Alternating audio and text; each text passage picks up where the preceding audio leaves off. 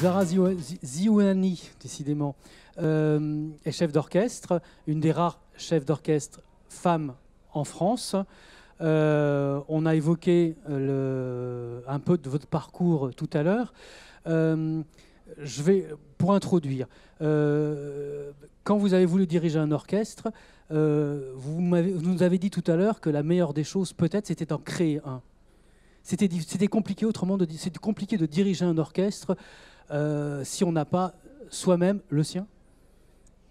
Bah, oui, en effet, parce qu'on est chef d'orchestre que si on dirige un orchestre. Hein, c'est comme un entraîneur d'une équipe de foot qui n'a pas d'équipe à entraîner, c'est un peu compliqué. Et parce que c'est aussi par l'expérience. Après, souvent les chefs d'orchestre ont aussi une spécialité. Et moi, j'adore diriger le répertoire fin 19e, 20e siècle, début 21e siècle. Donc ce sont des époques aussi où les orchestres sont particulièrement grands, et donc avec les effectifs les plus grands. Donc c'est vrai que, voilà, étant jeune, quand j'ai commencé, c'était loin d'être une évidence qu'on m'invite à diriger, notamment les grands orchestres symphoniques. Et aussi pour la simple et bonne raison que quand on est chef d'orchestre, on peut l'être de plusieurs façons. Alors soit on est directeur, directrice musicale d'un ensemble et on peut du coup choisir les œuvres qu'on veut diriger, on peut choisir les instrumentistes, les musiciens avec lesquels vous voulez travailler, les solistes, et même fixer des objectifs. Et aussi on est en chef d'orchestre invité parfois à diriger des ensembles sur un temps donné. Donc voilà, c'est deux façons très différentes d'être chef d'orchestre, puisqu'avec l'orchestre que vous dirigez tout le temps, vous pouvez étaler voilà, votre travail sur plusieurs mois, plusieurs années. Un orchestre où vous êtes invité, vous travaillez sur quelques jours et voilà, et peut-être que vous ne reviendrez plus jamais diriger cet ensemble. Donc quand moi j'ai commencé, moi j'avais non seulement envie d'avoir cette expérience-là, mais surtout j'avais plein d'idées que j'avais envie aussi de développer. Je savais que la seule solution c'était d'avoir la main sur un orchestre, de pouvoir le diriger et de pouvoir prendre part à plein de décisions. Et donc en effet c'était la solution, c'était de le créer. Pourquoi ce nom Divertimento, justement ? Déjà, alors c'est vrai qu'on utilise beaucoup la langue italienne dans la musique et c'est aussi des mots qui nous permettent, la langue italienne, de se faire comprendre. Alors j'ai eu l'occasion beaucoup de diriger des orchestres en France, mais aussi en Europe, beaucoup dans les pays du monde arabe aussi, et également un petit peu aux États-Unis. Et ça m'est arrivé d'aller dans des pays d'Europe de l'Est, en Russie, où parfois les musiciens ne parlaient ni anglais ni allemand, pas du tout français non plus, et que les mots italiens nous permettent en effet de se faire comprendre. Il y a également les gestes, bien évidemment. Et du coup, le mot divertimento, c'est un mot, alors c'est une forme de la musique qui veut dire, qui est une forme qui est assez libre et qui est assez dynamique. Et donc, je trouvais que cette notion de liberté et d'énergie et de dynamisme, voilà, c'était aussi voilà, des qualités sur lesquelles je voulais m'appuyer pour créer cet ensemble. Donc voilà, donc c'est pour ça que j'ai choisi ce mot divertimento. Quand on a 20 ans et qu'on veut créer un orchestre, on passe pas une petite annonce. Je pense que c'est pas comme ça que ça se passe. Non, alors ça se fait par étapes. Alors en effet, aujourd'hui, c'est plus facile d'en parler parce que ça fait 20 ans. Donc voilà, je peux m'appuyer aussi sur ce travail qui s'inscrit vraiment sur le long terme. Au début, alors déjà, il fallait avoir des musiciens, donc fédérer des musiciens. Et c'est vrai que j'ai commencé, moi, la direction d'orchestre, d'abord en enseignant dans différents conservatoires. Donc en Seine-Saint-Denis, à la ville de Stein, Pavillon-sous-Bois, particulièrement à Épantin, et également à Paris. Et j'avais donc l'opportunité de diriger des orchestres plutôt avec des étudiants qui étaient assez avancés et pour la plupart d'entre eux qui se destinaient à être musiciens professionnels. Donc déjà des orchestres de bonne qualité. Et ce que je trouvais intéressant, c'est que à Paris, c'était des jeunes qui étaient plutôt issus de milieux sociaux assez aisés, assez même préservés. Et à Stein, en Seine-Saint-Denis, plutôt des jeunes qui étaient vraiment issus de milieux très populaires, aussi des origines sociales et culturelles très différentes, mais que tous avaient un point commun, c'est qu'ils étaient passionnés par la musique, et que tous, le point commun aussi qu'ils avaient, c'est qu'ils étaient ancrés dans leur quartier, dans leur territoire, et qu'ils n'en sortaient pas. Et je me dis, moi, ce que je veux, c'est que la musique, ça soit d'abord un lieu de rencontre.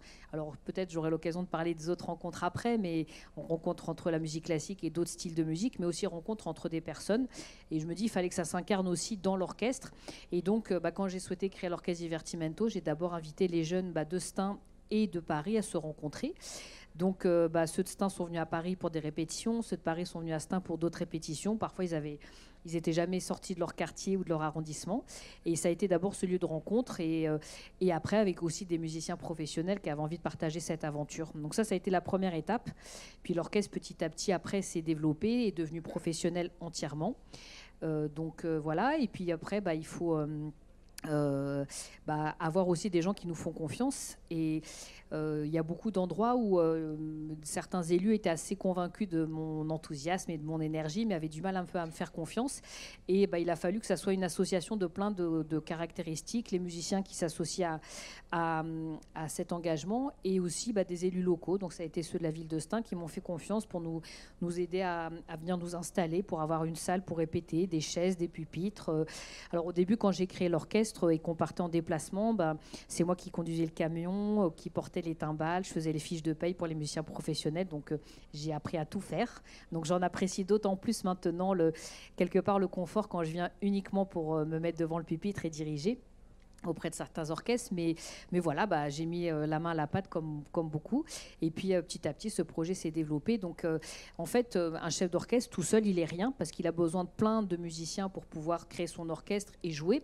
Mais j'ai envie de vous dire, même au-delà de ça, il a fallu qu'on ait des élus qui nous fassent confiance, des partenaires du monde économique qui nous donnent un petit peu de moyens, et ça petit à petit ça s'est fait, des musiciens qui avaient envie de travailler avec moi aussi. Donc c'est des différentes étapes qui se sont succédées pour amener l'orchestre là où il est aujourd'hui. Il faut être patient pour j'imagine, construire ces étapes. Vous m'avez montré une photo tout à l'heure, c'est une photo de l'académie, donc j'imagine que c'est aussi un réservoir de talent pour l'orchestre. Ils sont jeunes, ils sont effectivement de diverses origines, donc maintenant vous vous appuyez sur cette académie. Oui, parce que moi, ce que je trouvais important, c'est justement de dire que la musique classique, ça pouvait devenir aussi une culture populaire. Donc voilà, quand vous êtes par exemple en région parisienne, que vous êtes à Stein ou à Saint-Denis, ou à Paris, il faut que ça soit les gens qu'on voit dans la rue, qu'on voit à Gare du Nord à 18h, c'est-à-dire avec toutes les diversités que ça représente, et que ça n'a pas d'intérêt de faire des concerts où on verra tout le temps que les personnes qui ont peut-être plus de confiance en eux, ou plus d'outils, ou plus d'expérience, et qui vont aller au concert, mais de dire que c'est ceux qui vivent dans cette ville-là, avec ceux qui viennent des quartiers résidentiels, des quartiers populaires, et que quand on vient, je sais pas moi, du Sri Lanka ou d'Afrique du Nord ou d'Amérique du Sud, c'est pas forcément un chemin naturel que d'aller écouter de la musique classique. Donc voilà, donc cette dimension de rencontre, elle m'a toujours un peu animée pour aller voir les gens et pour leur dire, voilà, moi j'aime la musique, j'ai envie de vous faire partager cet amour de la musique, venez au concert et vous verrez, je pense que vous ne serez pas déçus. Donc voilà, il a fallu aussi créer ces temps-là pour qu'on puisse avoir ces publics très différents dans ces concerts. Vous me parlez de votre programme tout à l'heure, donc d'une semaine avant et puis de ce qui va venir. J'aimerais bien que vous nous le redonniez, parce que je trouve que ça éclaire beaucoup de choses. Oui, c'est tout à fait. Alors, puis c'est vrai qu'en plus, j'ai pas complètement répondu à la question d'avant, mais par rapport aux jeunes de l'académie, c'est ça aussi, c'est-à-dire que ça a été la deuxième étape. D'abord, c'était d'avoir des publics différents au concert, et puis aussi de se dire que les jeunes, ils pouvaient eux-mêmes pas simplement être que spectateurs, mais pratiquer la musique. Donc petit à petit, voilà, en effet, maintenant, aujourd'hui, si vous venez voir un concert de l'Académie Divertimento, on voit des jeunes très différents. Enfin, visuellement, ça se voit. Il y a beaucoup de filles, il y a beaucoup d'enfants, voilà, avec des origines culturelles aussi très différentes. Et c'est ça, et je pense qu'aujourd'hui, j'espère que dans les prochaines générations, on verra aussi ça dans le visage des orchestres professionnels et surtout aussi des publics des salles de concert. Donc voilà, qu'on aille naturellement, par exemple, voir des concerts en Seine-Saint-Denis, ou que naturellement, qu'on aille à l'Opéra de Paris ou à la Philharmonie, on voit aussi cette diversité se représenter. Et oui, et moi j'aime aussi ce métier de musicienne parce que tous les jours je fais des choses différentes. Et voilà, hier j'étais en concert à Stein, voilà, pour un programme pour des enfants, la petite enfance. Donc il y a des enfants de 3-4 ans qui sont venus au concert. Donc à l'auditorium de la ville de Stein. Donc voilà, avec des enfants qui sont venus de partout de cette ville. Et voilà, il y a 2 jours, on a joué au Théâtre des Champs-Élysées, à l'Opéra de Paris il y a une semaine. Demain, on sera en Moselle, en milieu rural, dans les campagnes de la Moselle. En Sarthe, mardi. Voilà, à Montpellier, dimanche. Enfin, voilà, moi je trouve que c'est beau, ce métier-là me permet en tout cas de pouvoir voyager, de pouvoir rencontrer plein de personnes différentes. Et j'ai envie de vous dire, les 10 premières années de l'Orchestre Divertimento, on a notre vie qui s'est déroulée en Seine-Saint-Denis, en région Île-de-France. Et on a acquis une certaine expérience. Et puis après, cette expérience nous a permis d'être invités à aller faire ce travail-là dans d'autres régions de France. Et d'un seul coup, l'orchestre a beaucoup progressé sur les aspects artistiques et puis même dans ce qu'on était amené à proposer comme projet pédagogique en direction des jeunes. Et il y a beaucoup de personnes qui me disent « Mais comment ça se fait qu'en 10 ans, vous ayez fait une telle progression ?» C'est parce que tout simplement, le fait d'arriver dans des régions très différentes, Et un jour, vous êtes à Nîmes et le lendemain, vous êtes à Lens. Bon, on a l'impression de ne pas être dans le même pays tellement c'est différent.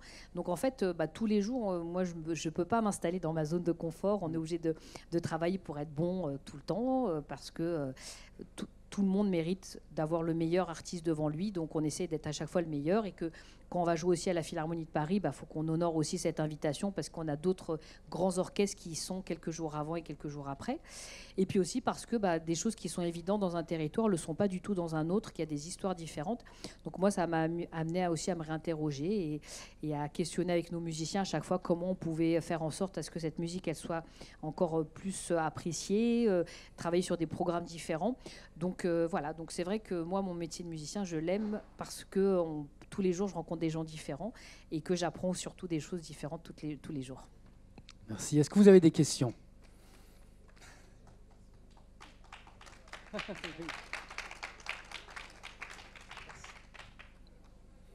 Quelqu'un se lance ? Non ? Dans votre itinéraire, j'ai vu que vous avez dirigé pendant 5 ans l'Orchestre national d'Algérie. C'était aussi un aller vers vos origines et puis aussi une découverte d'autres musiques à jouer avec votre orchestre de musique classique finalement. Oui, alors en effet, moi j'ai eu l'occasion de diriger cet orchestre entre 2007 et 2013. Et c'est vrai que je commençais déjà à diriger pas mal à l'international, donc j'étais contente d'avoir eu cette invitation d'aller diriger dans le pays de mes origines. Et comme c'est le seul orchestre national, alors en France, il y a à peu près une quinzaine d'orchestres nationaux. Bon, l'Algérie, c'est pas forcément un pays de culture musicale classique tel qu'on l'entend ici en Europe. Donc voilà, il y a un orchestre national qui a plutôt un bon niveau. Et pour moi, c'était important aussi de m'investir culturellement dans ce pays. Donc on a eu l'occasion de jouer vraiment partout. Alors à la fois à l'Opéra d'Alger, mais aussi dans le désert, dans les montagnes également de Kabylie, un petit peu partout.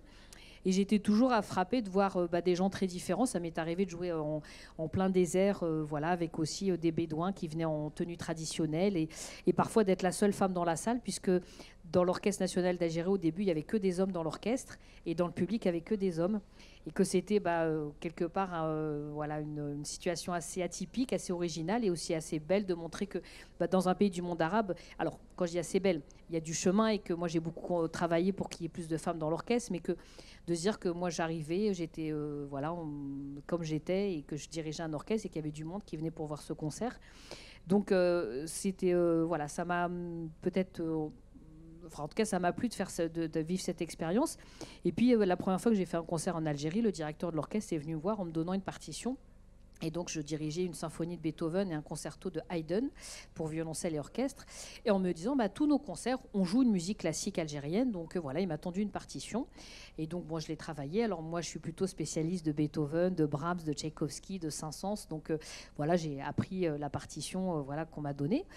Et dans le public, je voyais tout le monde, c'était d'une évidence pour tout le monde d'écouter du Beethoven et après d'écouter une musique classique algérienne parce que voilà, pour eux là-bas, ils ne se posaient pas la question, c'est comme ça, ils écoutent de la musique classique européenne, ils écoutent leur propre musique classique. Et moi, je trouve ça chouette. Et alors, ça m'a un tout petit peu, à un moment donné, interrogée parce qu'au moment du concert, vous finissez la 5e de Beethoven et après, vous passez à une musique avec de la derbouka. Ça faisait un tout petit peu bizarre, mais quelque part, je voyais que c'était bizarre pour moi, mais ça ne l'était pas pour les autres. Donc quand je suis revenue en France, à chaque fois que je revenais en France, ça m'a aidé à réfléchir. Et je me suis dit, tiens, en fait... pourquoi nous, peut-être qu'on cloisonne un peu trop dans nos programmes musicaux, d'un côté la musique contemporaine, d'un côté la musique classique, d'un côté les musiques du monde, et qu'en fait, la musique symphonique, quand on l'étudie d'un peu plus près, il y a beaucoup de liens qui se sont faits entre des arts, des liens entre les cultures. Si on regarde par exemple deux opéras qui sont parmi les plus célèbres des opéras de musique française, tout à l'heure j'ai fait passer, quand on était dans la Grande Nef, des extraits de l'opéra Samson et Dalila de Camille Saint-Saëns, et qui est un des opéras qui est les plus joués dans le monde. Et Camille Saint-Saëns s'est beaucoup inspiré de la musique classique d'Algérie. Carmen de Bizet, il y a beaucoup de références à la culture espagnole. Donc quelque part, notre patrimoine de musique française, c'est aussi beaucoup voilà, les plus grandes œuvres. Et on voit il y a des influences des musiques parfois populaires françaises, d'Espagne, d'Italie, d'Asie, d'Afrique du Nord. Et en fait, ça m'a interrogée. Je me suis dit, tiens, ça serait peut-être ce visage-là qu'il faudrait montrer, en tout cas cet axe-là qu'il faudrait développer.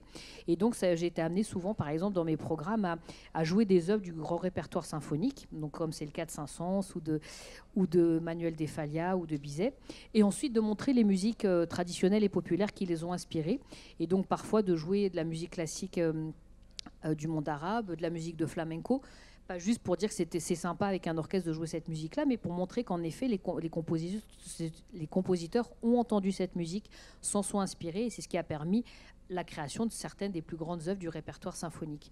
Donc en fait, voilà, ce cheminement-là, je pense que mon expérience en Algérie m'a beaucoup aidé en effet à le construire, à l'argumenter. Et puis parfois, justement, dans mes programmes, j'aime bien faire ce lien entre les musiques classiques, les musiques traditionnelles, la musique symphonique et le jazz, parce qu'on peut retrouver ça aussi. Et en effet, partout dans le monde, maintenant, en fait, quelque part, la mondialisation a un peu gagné la musique symphonique parce qu'il y a des orchestres symphoniques partout dans le monde et que ce n'est plus simplement qu'une culture européenne, mais qu'aujourd'hui, un compositeur qui compose en Australie ou qui compose en Chine ou qui compose en Mexique, il s'est approprié le langage du répertoire d'orchestre, mais souvent on retrouve des éléments aussi de la musique populaire du Mexique, de la musique des aborigènes d'Australie ou de Chine, et c'est cette rencontre-là que je trouve vraiment très bien et que j'ai essayé de beaucoup montrer dans les programmes musicaux que je porte avec l'Orchestre Divertimento. D'ailleurs, pour la folle journée, vous avez présenté un programme particulier. C'était l'année dernière ou l'année d'avant, je crois. Non, ça monte. Il y a 4 ans déjà. Voire 5. Bon. Mais bon, c'était il n'y a pas longtemps, en effet. Et en effet, c'était un programme autour des musiques américaines et c'était exactement dans cette même philosophie, c'est-à-dire il y avait tout un parcours autour des... alors comment le répertoire de la musique américaine s'est construit en s'inspirant de la musique de jazz, de certaines musiques européennes aussi, et donc de travailler en effet sur l'influence des musiques populaires d'Amérique dans les œuvres des grands compositeurs américains. Et en effet, en valorisant aussi la musique de film qui fait partie de la culture musicale américaine et qui s'est aussi beaucoup inspiré des mélanges. Vous avez dirigé plusieurs orchestres symphoniques en province. Est-ce qu'on vous demande des choses particulières, justement ? Alors, pas forcément. Alors, des fois, oui. Et puis, parfois, justement, c'est mon expérience, mes diverses expériences qui font que, par exemple, en ce moment, je suis en production avec l'Orchestre de Bretagne. Voilà, sur une création qu'on va être amené à donner dans différentes villes de Bretagne et à Rennes au mois de novembre. Justement, un projet qui associe à la fois le langage symphonique, les musiques du monde arabe, la musique de jazz. Bon, il s'avère que j'ai cette expérience-là et que c'est vrai que c'est pas forcément toujours évident parce que il y a des chefs d'orchestre qui ont parfois plus de l'expérience dans la musique symphonique et moins dans les autres styles de musique. Et puis aussi, parfois, de plus en plus, maintenant, on essaye de donner une dimension participative au concert. Et quand il faut être amené à faire participer des enfants ou du public qui n'est pas forcément musicien, et mon expérience pédagogique m'aide aussi. Donc oui, souvent on m'appelle pour cette expérience-là, et puis parfois on m'appelle aussi parce que quand je dirige à l'étranger, c'est souvent ce que j'explique. Alors parfois il y a certains de vos confrères qui ont tendance parfois à me renvoyer à mes origines sociales, mes origines algériennes et autres. Et des fois, je leur dis, vous savez, quand je vais à l'étranger et qu'on m'invite à diriger un grand orchestre en Belgique, aux États-Unis ou en Russie, on m'invite parce que je suis une bonne chef d'orchestre et pas parce que je suis la jeune arabe de banlieue qui a réussi. Voilà. Ouais. Donc, voilà. Madame, vous avez une question, je crois. Oui, tout à fait. Comment un musicien intègre votre orchestre ? Oui, alors en effet, j'ai aussi réfléchi à ça beaucoup. Alors souvent dans les orchestres, les processus de recrutement se font sur des programmes qu'on donne, voilà, et sur une dimension technique qu'il faut avoir de toute façon, parce qu'il faut être un très bon musicien pour pouvoir intégrer un orchestre. Après, c'est vrai que moi, ce qui m'importait, c'était d'avoir des bons musiciens qui jouent évidemment très bien, mais surtout qui s'intègrent bien au projet. Et c'est pas forcément évident. Alors dans le discours, c'est beau de dire, moi, je veux des musiciens qui sont aussi engagés quand on va jouer en prison, que quand on va jouer en banlieue, que quand on joue dans une grande salle de concert. Dans la vie de tous les jours, forcément, c'est quand on joue au Théâtre des Champs-Élysées, à la Philharmonie ou à l'Opéra, vous avez des belles salles avec des belles acoustiques, vous êtes dans des belles loges, il n'y a pas de souci. Quand vous jouez dans une salle polyvalente ou dans un gymnase en Moselle ou en milieu carcéral, c'est des réalités qui sont quand même pas les mêmes. Et même si on demande aux musiciens de s'engager de la même façon, il faut être sûr qu'ils vont s'engager de la même façon. Donc moi, j'ai plutôt tendance à les inviter à se produire avec mes musiciens mes chefs de pupitre ont choisi des personnes, on les invite à venir au sein de l'orchestre et à faire une série de concerts pour voir comment ils s'intègrent aussi humainement à l'orchestre et voir si leur engagement est en effet toujours aussi fort à chacun des concerts. Et puis aussi, comme tout à l'heure, je vous disais que j'aimais bien un peu expérimenter ce mélange entre les styles de musique. Quand on est amené à proposer un programme où on va travailler, par exemple, sur la musique classique du monde arabe, on ne va pas utiliser l'archet de la même façon quand on va jouer une musique arabo-andalouse que quand on va jouer une musique de Saint-Saëns. Donc on va être amené à inviter des musiciens spécialistes de cette musique-là, par exemple, à jouer avec nous. On a fait la même chose également avec la musique de jazz. Et on va travailler pour que notre choix de jouer ces musiques-là on soit crédible, on soit légitime. Et donc, ça demande aussi à ce que les musiciens se remettent un peu en question parce qu'ils vont apprendre des choses nouvelles. Et moi, je souhaite justement avoir dans l'orchestre quand je recrute quelqu'un, je leur demande d'apporter d'autres qualités à l'orchestre que celles simplement de bons musiciens d'orchestre. Donc c'est parfois des qualités pédagogiques, parfois certains sont spécialisés dans certains styles de musique, certains parfois écrivent très bien la musique si on a besoin de faire des arrangements, et ce qui nous permet d'être autonomes dans nos projets et pas de dépendre d'une personne pour ces projets-là ou d'une autre. Et pour moi, l'engagement, il est hyper important, donc en fait, je les recrute surtout sur l'expérience qu'ils vont avoir avec nous. Et après, on est rarement déçus parce que justement, on les a testés sur le terrain. Et vous essayez d'avoir une mixité dans l'orchestre, j'imagine. Aussi. Alors, c'est vrai qu'en effet, la mixité, elle est importante. Alors déjà, d'avoir aussi des musiciens qui ont une expérience aussi des territoires où on joue. Et donc, on a beaucoup qui ont, par exemple, été formés ou qui enseignent en Seine-Saint-Denis ou dans d'autres territoires. Et puis aussi, par exemple, pas mal de femmes. Voilà, beaucoup de femmes, parce que aussi certaines d'entre elles n'ont pas forcément toujours l'occasion d'être nommées à la tête, dans des grands orchestres, par exemple, en tant que chef de pupitre, trompette solo, ou timbalier solo ou autre. Et donc, il y a plein de femmes qui ont beaucoup de talent et qui, du coup, sont disponibles. Et donc, ça s'est fait naturellement. Je n'ai pas forcément cherché à avoir plus de femmes que d'hommes ou à chercher à avoir obligatoirement une parité. En fait, cette parité, elle s'est un peu construite naturellement. Là où maintenant il faut qu'on progresse, c'est qu'elle n'est pas forcément présente dans tous les pupitres, mais ça prendra peut-être plusieurs générations à venir, et qu'aujourd'hui, si vous venez écouter l'Orchestre Divertimento, vous trouverez des femmes au pupitre de trompette, de corps, de percussion, mais il y aura quand même majoritairement des hommes. On a beaucoup plus de femmes dans les cordes, dans les bois, mais ça, j'ai envie de vous dire, c'est dans le milieu musical partout comme ça, et que c'est dans notre académie qu'on essaie maintenant aussi de former, de faire changer les choses, et que si des garçons ont envie de faire de la flûte ou de la harpe et des filles du trombone et de la percussion, qu'il n'y ait pas de souci avec ça, et que les représentations puissent changer, et que c'est plus facile quand on voit dans un orchestre une femme diriger ou qu'on voit une femme au pupitre de percussion ou trompette, c'est plus facile pour une femme une jeune fille de s'identifier, de se projeter. Donc on essaie de faire aussi ce travail auprès des jeunes générations pour faire changer les choses et qu'il y ait en effet plus de femmes dans nos orchestres. Ouais. Y a-t-il d'autres questions, madame, peut-être?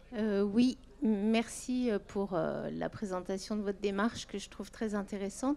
Et justement, j'aimerais revenir sur la question de la mixité, puisque j'ai bien compris cet échange-là, où c'est plus qu'un échange même, en fait, puisqu'il y a une création aussi commune. Je voulais savoir si cette démarche-là, elle entraîne aussi au niveau du public un changement. C'est-à-dire, est-ce que les Parisiens vont à Stein, je crois, avoir compris. Et est-ce que, du coup, cet échange se fait aussi pour le public ou est-ce que ça reste au niveau de l'orchestre tel que vous le construisez, quoi, en fait? Oui, alors en effet, c'est une bonne question. Non, alors j'ai envie de vous dire, aujourd'hui, l'enjeu, il se pose plus au niveau des publics, d'ailleurs. Alors, en effet, quand on est sur Stein, maintenant, on a des gens de Paris qui viennent, en effet. Après, l'objectif, c'est surtout de faire en sorte que les dynamiques culturelles, elles existent vraiment localement. C'est-à-dire souvent, et notamment par exemple avec l'arrivée de la Philharmonie de Paris, pour ceux qui voient un petit peu la configuration en région parisienne, qui a la porte de Pantin, donc il y a une porte... De Paris et qui est en même temps juste à la limite de la Seine-Saint-Denis, mais qui n'est pas en Seine-Saint-Denis du coup, parce que du coup ça fait aussi la différence, mais et que souvent à un moment donné, il y a des élus locaux, des décideurs qui ont dit mais maintenant qu'on a la Philharmonie à cet endroit-là, en gros il n'y a plus besoin d'investir sur le territoire, sauf que il y a beaucoup d'endroits. Alors je prends l'exemple de Stein parce que je le connais bien, c'est la ville où on a on est en résidence et on a nos locaux, mais il y a des quartiers où à 19h, 20h, vous n'avez plus de bus, il y a des problèmes d'insécurité. Donc forcément, il faut arriver à ce que ces dynamiques-là, elles existent d'abord à la ville de Stein, et que quelqu'un qui a envie d'écouter un concert, s'il peut aller à la Philharmonie mais il ne peut pas rentrer chez lui parce qu'il n'y a plus de transport, il n'ira jamais du coup. Donc c'est vrai qu'on travaille beaucoup pour aussi réunir les conditions. On organise des navettes avec les services municipaux, avec la RATP. On organise aussi le fait de sécuriser les lieux autour du théâtre, pour que justement on ait au sein déjà de la ville des personnes de tous les quartiers. Et aujourd'hui, en effet, il y a des personnes qui aiment bien, des Parisiens qui aiment bien nos programmations, qui viennent nous voir à Stein. Et surtout, on profite ensuite quand on a nos présences, par exemple, quand on joue à la Philharmonie, de faire en sorte aussi que les gens de Stein puissent venir. Alors pareil, on va organiser des navettes. Donc la dernière fois qu'on a joué à la Philharmonie, il y avait des bus qui sont venus des Hauts-de-France, de la Sarthe et de plein de villes de Seine-Saint-Denis. Et donc c'était une salle vraiment avec beaucoup de diversité, avec les abonnés habituels de la musique classique, mais aussi avec les personnes qui venaient de ces différents territoires, soit parce qu'ils ne se sentent pas forcément à l'aise, comme ils nous connaissent, et peut-être j'en ai pas assez parlé tout à l'heure, je parlais un petit peu de ces dimensions de rencontre, mais au début, moi, ce qui m'a un peu frustrée en faisant ce métier, c'est qu'on joue, on monte sur scène, alors surtout en tant que chef d'orchestre, les gens ils vous applaudissent, même moi on m'applaudit avant même que j'ai rien fait. C'est-à-dire que je rentre sur scène, l'orchestre se lève, tout le monde m'applaudit, j'ai encore rien fait que déjà. Alors je me dis, bon, ça met un peu la pression pour faire bien son travail. Mais donc du coup, en fait, je donne le meilleur de moi-même, mais on ressort et puis on se retrouve. C'est un métier où on est vite seul. On est seul devant l'orchestre, on est seul devant le public. Vous rentrez, si vous êtes en déplacement, vous êtes seul dans votre chambre d'hôtel. Et donc moi, j'étais un peu frustrée de ne pas parler avec les gens, de ne pas les rencontrer. Et donc je me suis dit, tiens, au travers des projets qu'on fait avec l'orchestre, tiens, on va aller rencontrer le public avant ou après. Et c'est en allant dans les établissements scolaires, les centres sociaux, les maisons de quartier, les médiathèques, en fait là où les gens vivent, enfin je le dis de façon un peu familière, mais là où les gens vivent, et on va les rencontrer, puis on présente la musique, et c'est comme ça que petit à petit on a fait en sorte qu'ils viennent au concert. Et donc alors ça se fait pas comme ça en un claquement de doigts. Et c'est aussi pour ça d'ailleurs que dans l'activité de l'orchestre, on a souvent des résidences sur un territoire sur 3 ans, parce que c'est vraiment le temps minimum qu'il faut. Parce que c'est pas si vous venez faire un concert un soir, c'est pas pendant ce temps-là que vous pouvez faire ces rencontres-là. Donc ça demande du temps. Donc c'est vrai qu'une partie importante de l'activité de l'orchestre, elle se réalise sur des résidences de 3 ans pour créer ces temps de rencontre, pour que dans les publics, après on retrouve cette diversité sociale, culturelle, intergénérationnelle aussi au concert. Mais ça demande d'être vraiment très investi sur ça. Et que même dans des endroits sur Stein où on est présent depuis 15 ans, moi je dis à mes équipes, à mes musiciens, chaque concert c'est comme si c'était le premier. Il ne faut pas prendre les choses pour acquises, et en plus on est sur des territoires où il y a beaucoup de mobilité, donc il faut sans cesse s'engager, aller à la rencontre des publics, et c'est que au prix de ce travail, de cet engagement, que j'estime pas du tout quelque chose de lourd ou de laborieux, pas du tout, qu'on arrive à avoir ça. Donc en fait c'est que c'est possible, il faut simplement prendre du temps pour le faire et être convaincu de le faire surtout. Madame. Alors moi, je voulais vous dire que vous avez... Attendez. Vous ne connaissez pas du tout votre parcours. Ça part ? Non, ça marche pas.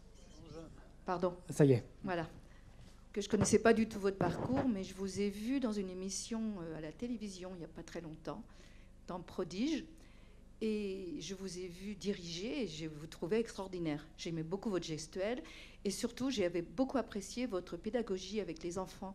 Alors, c'est vous qui êtes allé ou on vous a demandé d'être avec ces enfants-là? Comment ça s'est passé pour vous de participer à cette chose-là? Est-ce que vous êtes avec votre orchestre ou est-ce que vous êtes avec un autre? Parce que ça doit être difficile de s'adapter déjà à un autre orchestre, avec des enfants qui se prennent peut-être aussi la grosse tête, je ne sais pas, ce sont des prodiges, soi-disant. Donc j'avais admiré votre pédagogie avec eux, notamment pendant les répétitions. Voilà. Déjà, ça se passe bien, pour répondre à votre question. Alors après, vous avez raison. Alors pour rejoindre à la question de Michel tout à l'heure, typiquement, c'est un projet sur lequel on m'a demandé de venir parce que j'avais l'expérience artistique et l'expérience pédagogique. Et alors, ça peut paraître comme ça d'une évidence, mais il n'y a pas beaucoup de... Parfois, les chefs d'orchestre sont concentrés sur leur travail artistique, et c'est pas du tout un reproche, chacun fait ce qu'il veut. Moi, pour ma part, j'ai toujours voulu que mon métier de chef d'orchestre, je puisse aussi avoir une partie importante dans la transmission pédagogique. Et donc, cet exercice-là, il est loin d'être évident. Et vous avez tout à fait raison, parce que déjà, on vient pour diriger un orchestre national. Donc là, c'était l'Orchestre national de Lorraine. J'ai eu l'occasion, dans les précédentes émissions, de diriger l'Orchestre de l'Opéra de Montpellier ou de Strasbourg ou l'Orchestre national de Lille. Donc, on vient dans un temps très donné, très précis, pour pouvoir livrer un projet de qualité quelques jours après. Avec un orchestre qui ne me connaît pas du tout. Donc, quelque part, des fois, c'est pas plus mal, parce que quand vous connaissez un orchestre, vous savez qui est un peu grincheux, qui ne l'est pas, avec qui il faut être diplomate, avec qui il ne faut pas l'être. Là, j'arrive, on n'a pas le temps, en gros, pour tout ça. Il faut être évidemment très, très bon. Et je ne vous cache pas que quand moi, j'arrive diriger un orchestre qui ne me connaît pas, même la façon dont vous arrivez sur scène, où vous allez saluer le premier violon, vous allez vous exprimer devant l'orchestre, vous allez être jugé sur n'importe quel geste que vous allez faire, sur votre façon de faire travailler l'orchestre, parce que les musiciens ne sont pas habitués à voir une femme arriver. Et en même temps, moi, ce qui me rassure, c'est qu'aujourd'hui, les orchestres, maintenant, ont juste envie d'avoir un bon chef d'orchestre, que ce soit homme ou femme. Donc là, en effet, les enjeux sont particuliers, parce qu'on travaille avec des jeunes qui n'ont aucune expérience de concert et de jeu avec un orchestre. Pour la plupart, d'ailleurs, même pour tous, c'est la première fois qu'ils jouent avec un orchestre. Et on leur demande d'avoir l'expérience des grands solistes internationaux.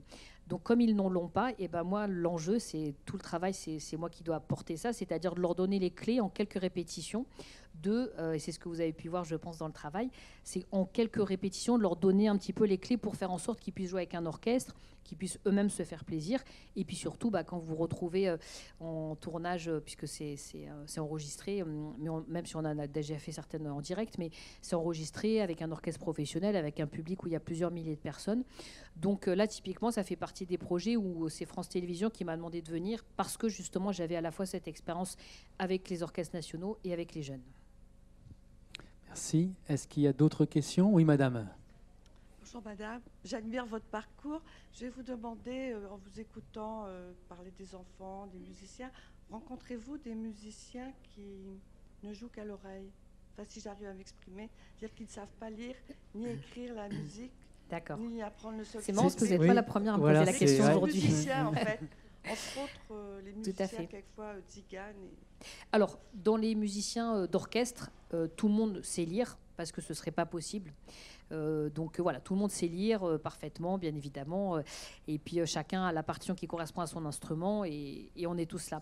Après, en effet, vous avez raison, il y a beaucoup de projets que j'ai été amenée à faire autour de certaines musiques de jazz ou musique traditionnelle, avec des musiciens qui sont parfois de renommée mondiale et internationale et qui ne savent pas lire la musique. C'est comme ça, donc on s'adapte. On a parfois des codes. Ils travaillent beaucoup sur des carrures musicales, sur des modes. On a comme ça des repères qu'on se donne pour travailler ensemble. Et c'est ce qui est parfois à la fois difficile et à la fois super riche, c'est que des musiciens qui ont des habitudes de travail très différentes. Et tout à l'heure, par rapport à la question de madame sur les projets de télévision, parfois même on est un orchestre, et d'associer la dimension de l'orchestre avec la dimension de la télévision, avec la dimension des enfants, chaque univers est très différent, avec ses habitudes, ses conventions, et d'arriver à tout réunir, c'est parfois super compliqué. Et en même temps, c'est ce qui est super intéressant aussi. Donc quand on travaille avec des musiciens qui ont des parcours différents, souvent il y en a plein d'entre eux qui ne savent pas forcément lire la musique, parce que dans leur domaine musical, ça se passe comme ça. Parfois, par contre, pour les enfants qui commencent la musique, moi j'aime bien essayer d'avoir une approche qui se fait aussi par l'oralité et pas forcément par la lecture, même si pour moi les exigences sont les mêmes. Alors, je vais essayer d'être un peu précis dans mon propos. Ça m'est arrivé de travailler dans des territoires avec des enfants qui sont parfois plus en fragilité sociale, conditions financières et familiales pas faciles. On sait que moi, l'objectif va rester le même que dans une famille qui est peut-être avec des enfants qui sont peut-être plus accompagnés ou mieux accompagnés. Par contre, c'est la façon dont on va l'amener à ce point d'exigence qui va être différent. On va être amené à avoir peut-être plus de séances, à travailler différemment. Mais par contre, l'exigence va être la même. Alors, je dis ça parce que parfois, ça m'est arrivé de travailler sur des projets où on me dit « Ah oui, mais les enfants, ils ont du mal à lire la musique. Donc, du coup, c'est pas grave. On va être moins exigeants et puis ils liront pas la musique et on fera tout à l'oreille. » Moi, le travail par l'oralité, j'estime que ça doit être un plus pour permettre aux enfants de mieux sentir la musique et de ne pas être simplement sur quelque chose d'un petit peu trop scolaire. Et que souvent, c'est une des premières étapes pour leur faire sentir la musique, leur faire écouter, entendre la musique. Mais après, Dans un second temps, ils vont toujours apprendre la lecture, mais je trouve qu'ils assimilent mieux les connaissances quand ils ont ressenti les choses avant. Donc la dimension de l'oralité, souvent je l'utilise dans la pédagogie, et aussi parfois parce que j'aime bien les projets participatifs et que souvent on invite parfois le public même à participer avec nous à une séquence dans un concert autour du chant, autour des percussions corporelles par exemple, voire même avec des instruments mais sur des notes très, très précises, et que parfois on a quelques séances et on se donne un objectif d'arriver à jouer une partie, et que du coup on travaille que par l'oralité pour permettre à des enfants ou même des adultes. On a fait un gros concert à la Philharmonie de Paris il n'y a pas longtemps où il y avait 500 personnes qui chantaient. Sur les 500, il y a eu peut-être la moitié qui ne lisaient pas. Alors, on a travaillé sur 1 an. Donc, quand on a écouté le résultat final, on ne se dit pas qu'il y en a plein qui ne savent pas lire la musique. Donc, c'est-à-dire que c'est possible. Après, ça a bien sûr ses limites. Mais moi, j'aime bien aussi dire que même si on n'est pas musicien, que ça ne soit pas un frein pour pourquoi pas participer à un projet ambitieux.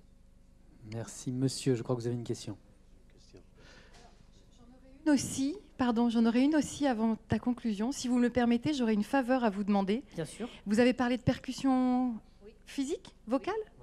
Vocale. Corporelle, c'est Oui. ça. Je pourrais intervenir après, vous permettez ? Merci. Monsieur. Et vous ne me faites pas de vacherie, hein. Non, mais ce matin, j'ai chanté avec les choristes de l'opéra. Donc j'ai un peu un rêve pour ce soir. Vous êtes vraiment un ovni pour moi. Ah. Donc, il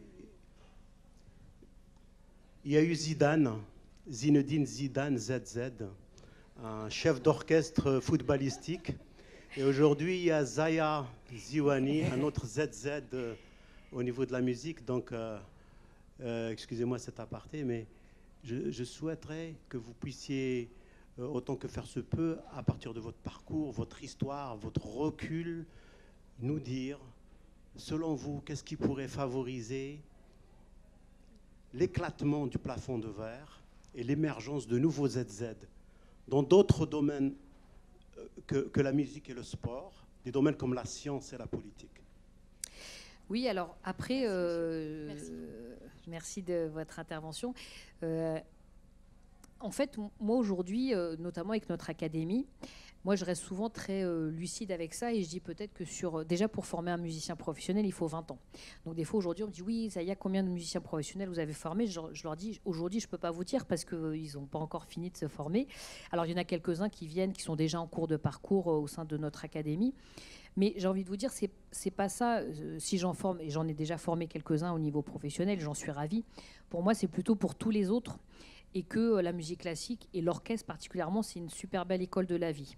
Déjà parce qu'on est dans un groupe, il faut aussi se soumettre à une certaine discipline, mais surtout à une solidarité et aussi à un degré d'exigence et d'excellence très fort. Et que dans cette académie, moi, les jeunes qui viennent, évidemment, parfois, il y a des projets très différents. Chacun a une partition qui correspond à son niveau technique. Mais par contre, quand ils viennent dans l'orchestre, donc c'est sur un projet donné pendant l'année, ils viennent au sein de l'orchestre Divertimento. Donc moi, je leur dis, on va jouer dans un concert qui est dans une programmation professionnelle. Donc je leur dis, vous êtes tous musiciens professionnels. Après, je ne veux pas savoir qui est petit, qui est grand, qui est amateur, qui est professionnel, voilà, qui est petit, qui est timide et qui ne l'est pas. Je demande le même engagement, alors que ça soit dans l'engagement même physique de quand ils jouent, du travail de la partition, de la ponctualité aux répétitions, de la tenue vestimentaire, des savoir-être dans l'orchestre, de la solidarité qu'ils vont avoir aussi avec les autres. Donc pour moi, je trouve que c'est une belle école de la vie. C'est ce qu'on essaye de permettre de développer à beaucoup de jeunes qu'on le rencontre. Et parfois, il y en a certains qui me disent « Ah, Zaya, merci, parce que grâce à vous, on nous regarde autrement. » Alors, ce jeune violoniste, en plus, il s'appelait Faisal, le pauvre, il était vraiment pas très doué. Mais en tout cas, ce qui est sûr, c'est que le fait d'avoir fait de ce projet-là, ça l'a amené à prendre conscience que pour se faire plaisir, il faut progresser. Pour progresser, il faut travailler. Et la notion d'exigence et de travail, alors sans avoir... je ne vais pas faire des grands discours philosophiques, mais ce n'est pas forcément toujours évident à inculquer comme valeur auprès des jeunes. Et aussi parce que parfois, il y a aussi certains responsables institutionnels qui pensent que cette exigence-là, c'est considéré comme de l'élitisme. Pas du tout. Tout le monde, les enfants attendent de nous d'être très exigeants envers eux, et que l'excellence, tout le monde doit pouvoir y accéder. Donc en fait, moi, ma façon de pouvoir essayer, ma petite contribution, parce qu'il y a tellement à faire, c'est de faire en sorte que déjà ils puissent s'ouvrir l'esprit, et ça c'est quelque chose de très important, d'être curieux, et de se dire que, moi j'ai souvent entendu dire, oui, dans les zones urbaines, il n'y a que les cultures urbaines qui vont les intéresser. Pas du tout. En 20 ans d'expérience, je n'ai jamais rencontré, quand je vous dis jamais, un enfant qui m'a dit « Zaya, ça ne m'intéresse pas ». Jamais. Ils écoutent, après ils aiment, ils n'aiment pas, mais je n'ai jamais rencontré un enfant qui n'a pas voulu rentrer dans la salle de concert. Donc ça prouve que tous ont cette curiosité et qu'il faut justement l'alimenter et qu'on n'a pas le droit de décider à leur place s'ils ont le droit d'écouter, découvrir la musique classique ou pas. Ça doit être un devoir de pouvoir leur permettre de découvrir plein de choses différentes. Donc cette ouverture au monde, peut-être, c'est une des choses qui manque le plus à l'ensemble de ces jeunes et que... pour plein de raisons différentes. Donc le fait de les amener à découvrir ça et puis parfois de pratiquer un instrument, et ben, c'est aussi de développer un potentiel. Et dans notre académie, qui a 10 ans, on a pu voir un peu constater entre les ambitions que certains jeunes avaient il y a 10 ans et là où ils en sont arrivés aujourd'hui, et que pour une grande majorité d'entre eux, si ce n'est pas la totalité d'entre eux, et ben, ils ont des parcours beaucoup plus ambitieux que ce qui s'était fixé au départ. Parce que tout simplement, par la musique, ils ont vu qu'ils avaient un potentiel, ils l'ont exploité et ils ont eu cette confiance en eux. Donc en fait, moi j'ai envie de vous dire, même peut-être que tout le monde, il y a eu un Mozart dans l'histoire de la musique, il y a un Zinedine Zidane dans l'histoire du sport. Donc c'est pas grave si tout le monde n'est pas Mozart ou Zidane, mais en tout cas si chacun peut aller voilà, là où il souhaitait aller, ou en tout cas si tout le monde a confiance, c'est déjà une bonne première étape. Et voilà.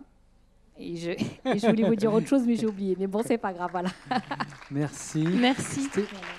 Alors, c'est vrai que j'ai une demande un peu particulière. J'avais une dernière question. Alors, une dernière question, ouais. Avant ou après? Vas-y. Ben, je vous demanderai de participer si Zaya accepte. Ouais. Zaya, quand on a l'occasion de rencontrer Emmanuel Macron pendant 1 heure, quel message on lui fait passer? Parce que je sais que vous l'avez rencontré pendant 1 heure. Oui, c'est vrai. Mais après un concert où j'ai fait passer beaucoup de messages. Non, en effet, c'était un concert que j'ai donné avec l'Orchestre Divertimento, qui était dans le cadre des Journées du patrimoine, et où en fait l'idée c'était pouvoir faire découvrir à beaucoup de jeunes ce lieu, qui est en fait la maison républicaine, hein, elle nous appartient à tous. Hein. Donc c'est aussi un des premiers messages que je lui ai fait passer, c'est de lui rappeler qu'elle nous appartenait tous, cette maison. Et surtout, on est venu avec l'Orchestre Divertimento et avec les jeunes de notre académie de Seine-Saint-Denis, donc avec des jeunes qui avaient, où la diversité se voyait sur leur visage. Et que voilà, et que du coup, il était... Quand vous venez à un concert, tout à l'heure j'en parlais un petit peu, que vous vivez le concert, en fait c'est un orchestre symphonique, ça n'a rien à envier à un concert de rock, vous prenez beaucoup de sons, d'énergie, puis il y a aussi beaucoup d'émotions que vous vivez. Et ce monsieur, c'est un monsieur comme tout le monde, il a aussi vécu ses émotions au travers de l'Orchestre Divertimento, avec ses profils différents, au travers de ces jeunes avec ses profils différents. Et en fait, qu'on a discuté après... voilà, il était un peu, il s'attendait pas à ça en fait. Et je lui dis mais vous attendiez à quoi en fait, Monsieur le Président?